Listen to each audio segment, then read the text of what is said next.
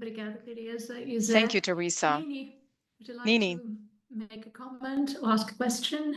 Yes, hi. First of all, you had just, I have a question, a brief question for Rahul and a brief question for Jose.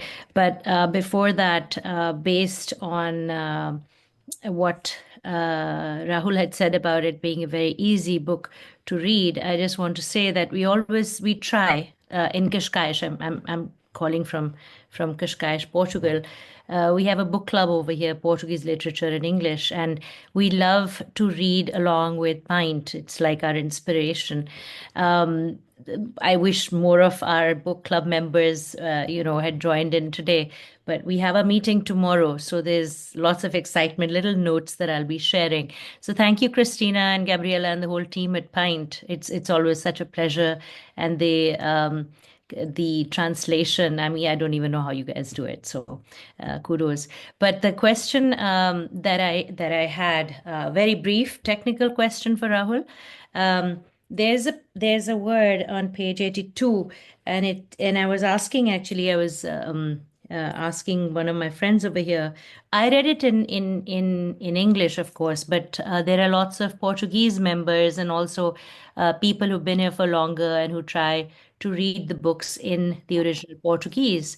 And so what you had said, that it's an easy book to read, it's something that some of the other members have said, that they found it beautifully written and easier to read than some of previous books that they attempted to read in Portuguese, the non-Portuguese readers who were trying to read in Portuguese. So they also agreed that it was beautifully written.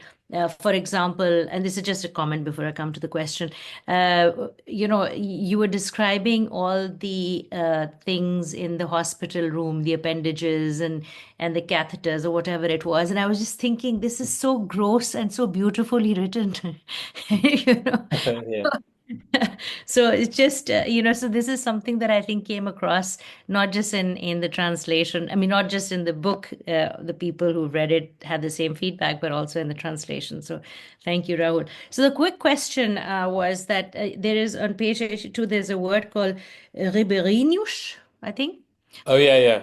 Yeah, and I'm thinking, well, isn't that a rivulet? Like, why wouldn't you use the word? No. So it's probably better to answer this. It's if you see, it's the other word that goes with indigenous. So the indigenous, obviously the indigenous people who we call Índios as well in Brazil. Ribeirinhos are like you would have it. Is it with a capital R in the English? No. It probably should be because it's a specific term. It's like rivers where No, that's the whole point. So I thought you were talking about rivulets because it's in lowercase. No, Ribeirinhos, yeah. So I'm just looking at Wikipedia now. They're a traditional rural population who live near rivers.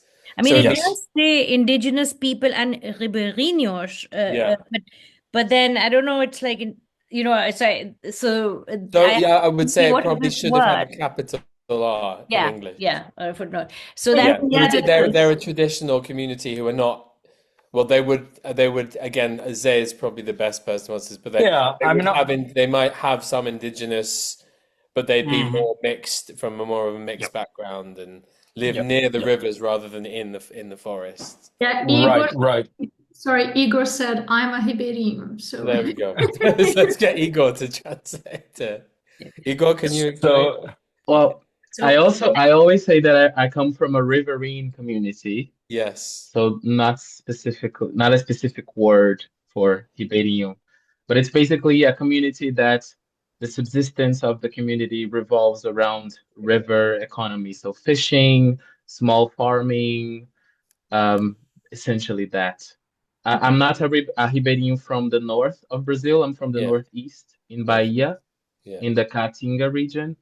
So yeah, because there is more common to have açudes. I don't know the exact translation in English, like dams or something.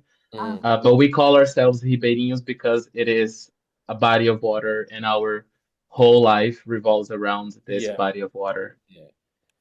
Yeah. So usually, just to add something to what Igor said, Usually, and when we're talking about the Amazon, we talk about indigenous and traditional peoples. That's how it shows up in governmental documents and research. So you have lots of different indigenous nations and people. There's one thing, and of course, it's not so clear cut because you can have not indigenous people living in the cities, indigenous people who live off extractivism as well, and all of that.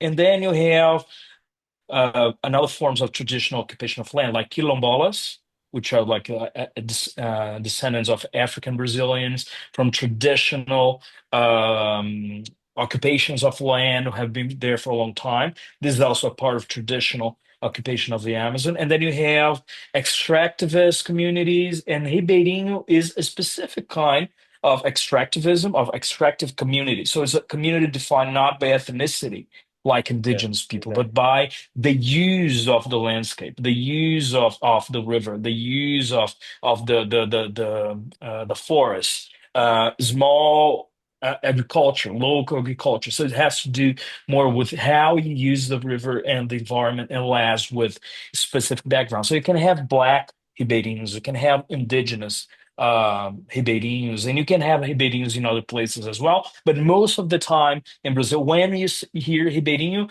it has to do with population of the north. But of course, as Igor said, you can have ribeirinhos in other places as well. But I think it has more to do with that, the how they relate to natural resources and the social organizations around rivers.